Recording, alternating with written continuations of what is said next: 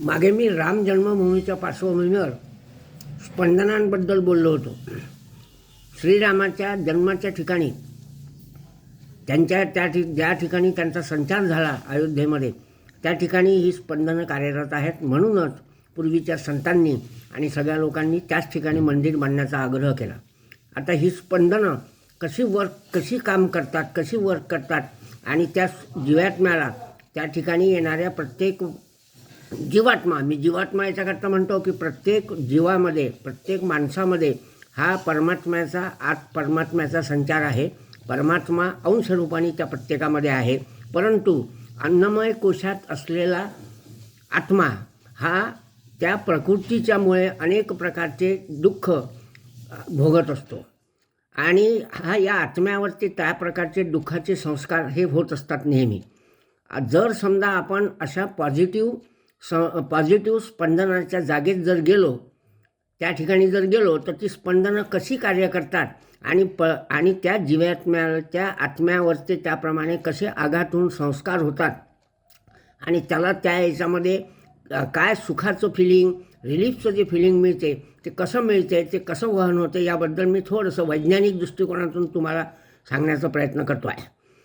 काय आहे की हे स्पंदनं प्रत्यक्ष वायुरूपातूनच, वायूच्या माध्यमातूनच कार्य करतात.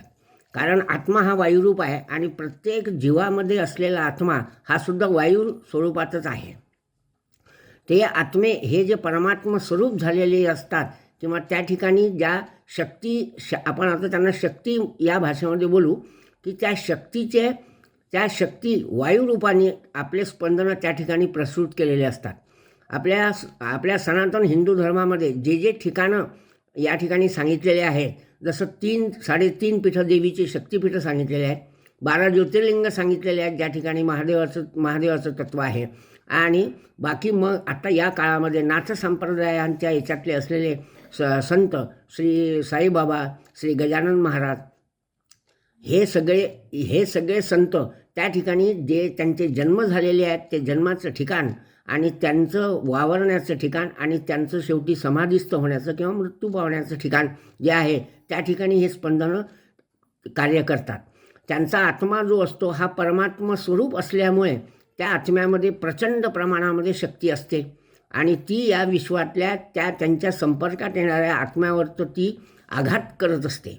ज्यावेळेला आपण एखादी मानसिक व्यथा त्या पर्टिक्युलर स्पंदनामध्ये जाऊन व्यक्त करतो, त्यावेळेला त्या क्षणाला आपण जे आपल्या आत्म्याला जे दुःख असते ते आपण शरीराच्या माध्यमातून व्यक्त करत असतो. तर तो जो त्या ठिकाणी असलेल्या ज्या शक्ती आहेत, त्या ठिकाणचा असलेला जो आत्मा आहे त्यांचा, ज्याला आपण अस्तित्व म्हणू त्यांचं, ते त्यावेळेला त्यांच्याशी ते संपर्क होऊन ते जे आत्मे असतात, ते आत्मे आपल्या आत्म्यावर असलेल्या दुःखाचे संस्कार दूर करतात. म्हणून आपण ज्या वेळेला या ठिकाणी जातो, त्यावेळेला आपल्याला एक प्रकारचं मानसिक समाधान वाटते आणि एक प्रकारची ऊर्जा आपल्याला आल्यासारखी वाटते. या संदर्भामध्ये महाराष्ट्रामध्ये कारंजा लाड या ठिकाणी नृसिंह सरस्वती स्वामी महाराजांचं जन्मठिकाण आहे. नंतर आंध्र प्रदेशामध्ये श्रीपाद श्री वल्लभ यांचं जन्मठिकाण आहे. त्यांची कुरवपूर येथे त्यांची कर्मभूमी आहे. हे नाथपंथातल्या बऱ्याचशा हे सगळे नाथपंथातले होऊन गेले आणि यांनी त्या ठिकाणी आपापले कार्य केलेले आहेत.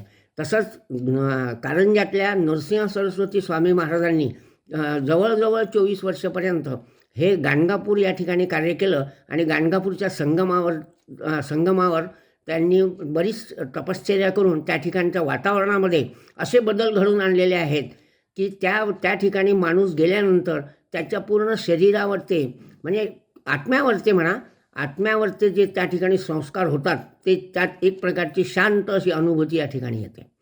कारण आत्मा हा प्रकृतीमधल्या असलेल्या गुणातल्या विकृतींमुळे, गुणातल्या कमी जास्त प्रमाणामुळे दुःख भोगत असतो.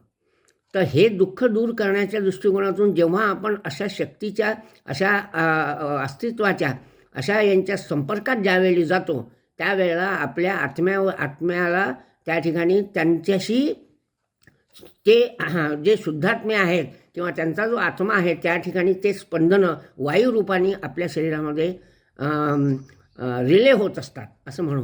कारण काय कधी कधी मराठी शब्द वेळेवर सुचत नाहीत म्हणून इंग्रजीमध्ये बोलावं लागते. तर अशा तऱ्हेचं आहे. हीच गोष्ट सगळ्या धर्मांच्या बाबतीमध्ये आहे.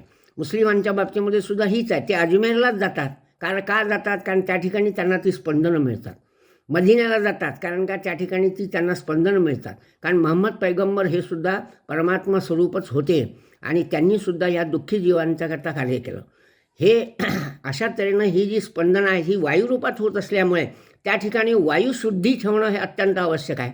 म्हणून त्या ठिकाणी जे उपचार होत असतात त्या ठिकाणी त्या ठिकाणच्या उपचारांनी म्हणजे शाब्दिक म्हणजे मांत्रिक मंत्र सामर्थ्याने म्हणा, शब्दांच्या माध्यमातून म्हणा, तर ह्या माध्यमातून त्या वातावरणामध्ये त्या प्रकारचे स्पंदनं त्या ठिकाणी निर्माण होतात आणि ते स्पंदनं आपल्यासारख्या दुःखी आत्म्यावर आघात करून आपल्याला त्या ठिकाणी सुखाची अनुभूती देत असतात. आपल्याला वाटते की आपली इच्छा पूर्ण झाली, आपण दर्शनाला गेलो, आपली इच्छा पूर्ण झाली.